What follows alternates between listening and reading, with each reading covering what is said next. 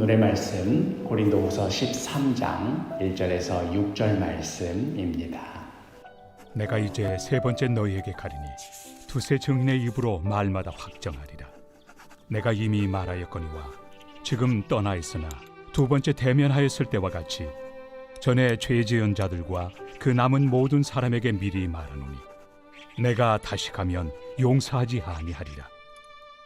이는 그리스도께서 내 안에서 말씀하시는 증거를 너희가 구함이니 그는 너희에게 대하여 약하지 않고 도리어 너희 안에서 강하시니라.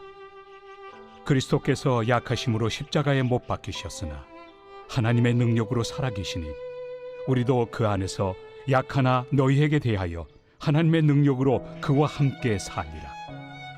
너희는 믿음 안에 있는가?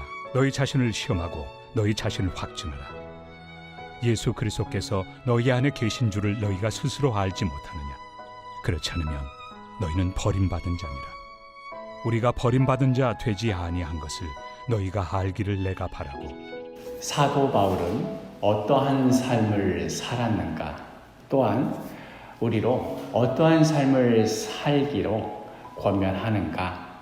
사도 바울은 이미 고린도후서를 시작하면서도 이렇게 말하였지요. 고린도후서 1장 9절에 우리는 우리 자신이 사형 선고를 받은 줄 알았으니 이는 우리로 자기를 의지하지 말고 오직 죽은 자를 다시 살리시는 하나님만 의지하게 하심이라. 사형 선고를 받은 사람이 무엇을 할 수 있을까요? 자신의 능력과 재능과 자신이 가지고 있는 어떤 계획들이 이게 다 무슨 소용이 있을까요? 그러나 바울은 바로 이 지점, 자신이 아무것도 할 수 없고 아무것도 드러낼 거 없고 아무것도 자랑할 것이 없는 바로 이 지점에서 우리 그리스도인들이 살아가는 방식, 우리 그리스도인이 살아가는 놀라운 능력을 발견합니다. 바로 오직 죽은 자를 다시 살리시는 하나님만 의지하는 것. 우리의 약함을 통하여 사도 바울의 표현대로 사형 선고를 받은 것과 같은 최악의 상황을 통하여서 하나님의 강하심과 하나님의 어떠하심을 드러내는 삶. 이것이 바로 사도 바울이 복음의 능력을 드러내는 방식이었고 또한 동시에 고린도 교회 성도들에게도 간절히 호소하는 그리스도인의 삶의 모습이었습니다. 이제 고린도후서 마지막 장에 이른 13장에서도 바울의 이 마음은 여전합니다.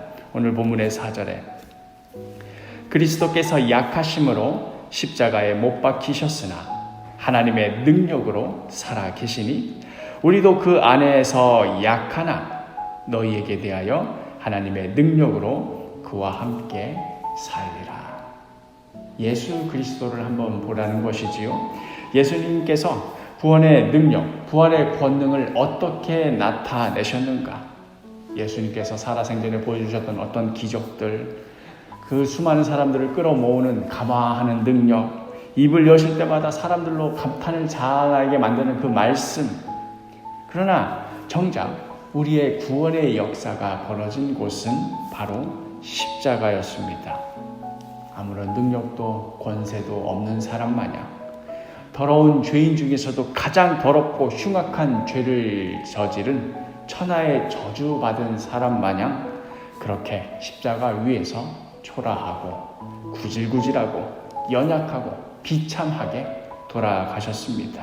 그런데 바로 그 자리에서 우리의 모든 죄를 감당하시고 바로 그 자리에서 부활의 능력을 보여주셨습니다. 하나님의 능력이 과연 무엇인가? 하나님께서 어떻게 우리로 하여금 하나님이 살아계심을 보여주시는가? 뭔가 될 만한 상황이 있어서 거기에 하나님이 힘을 더 보태주셔가지고 이만큼 될 일을 더 잘되게 해주시는가?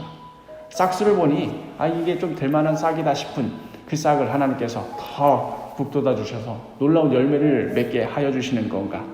이런 정도가 아니라 다 죽어버렸는데, 다 끝나버렸는데, 좀 더 일찍 오시지 이미 손쓰기에는 너무나 늦어버렸는데 바로 그 상황, 바로 그 최악의 상황 위에서 죽음 위에서 생명을 일으키시는 부활의 능력을 보여주시는 분, 우리가 믿는 하나님이 바로 이 하나님이십니다.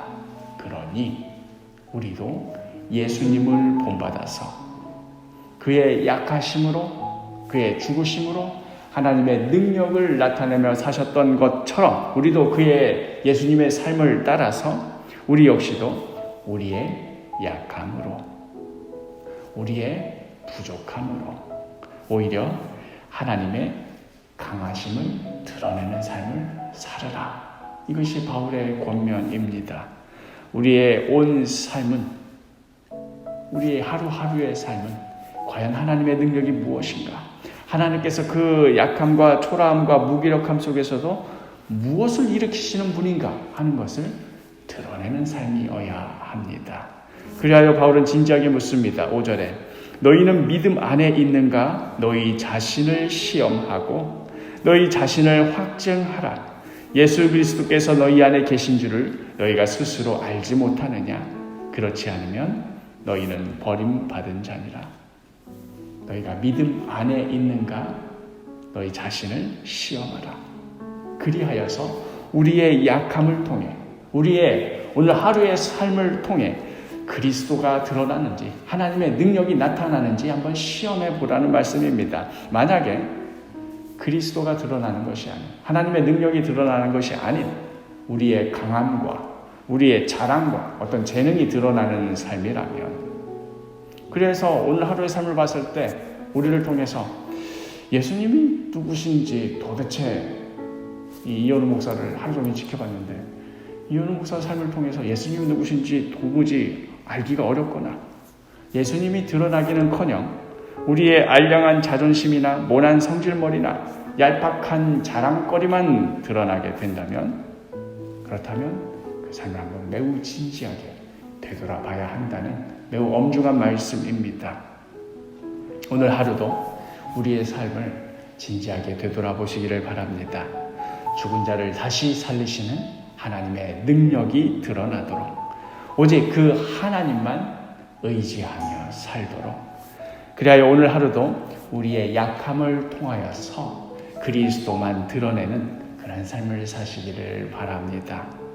가정에서 배우자를 대할 때, 자녀들을 대할 때, 부모를 대할 때, 직장과 학업에서 동료들을 대할 때, 선생님과 상사를 대할 때, 혹은 직원들과 후배들을 대할 때, 우리 이웃들과 함께 정말 여러 생각지도 못한 상황들과 마주하게 될 때, 그때마다 늘 우리 마음의 중심을 살피며 오직 그리스도가 드러나게 되기를, 우리의 약함 때문에 주눅들거나 혹은 그 약함 때문에 자존심 상할까봐 그걸 감추려고 우리의 어떤 열등 의식으로 인해서 도리어 딴 데 있는 우리의 강함을 드러내고 그것으로 고집부리고 교만하게 구는 것이 아닌 그리스도의 능력이 우리의 약함을 통해 드러나게 되는지 늘 자신을 시험하여 보고 주님께 묻고 또한 성령님의 도우심을 구하는 오늘 하루가 되기를 바랍니다. 그리하여 오늘 하루도 우리의 약함을 통하여서 예수님이 드러나는, 나 저분 보면 꼭 누가 생각나, 저분을 보면 예수님도 뭐 저렇게 하셨겠구나 하는 생각이 나 하는 그런 복된 삶이 되기를 간절히 축복합니다.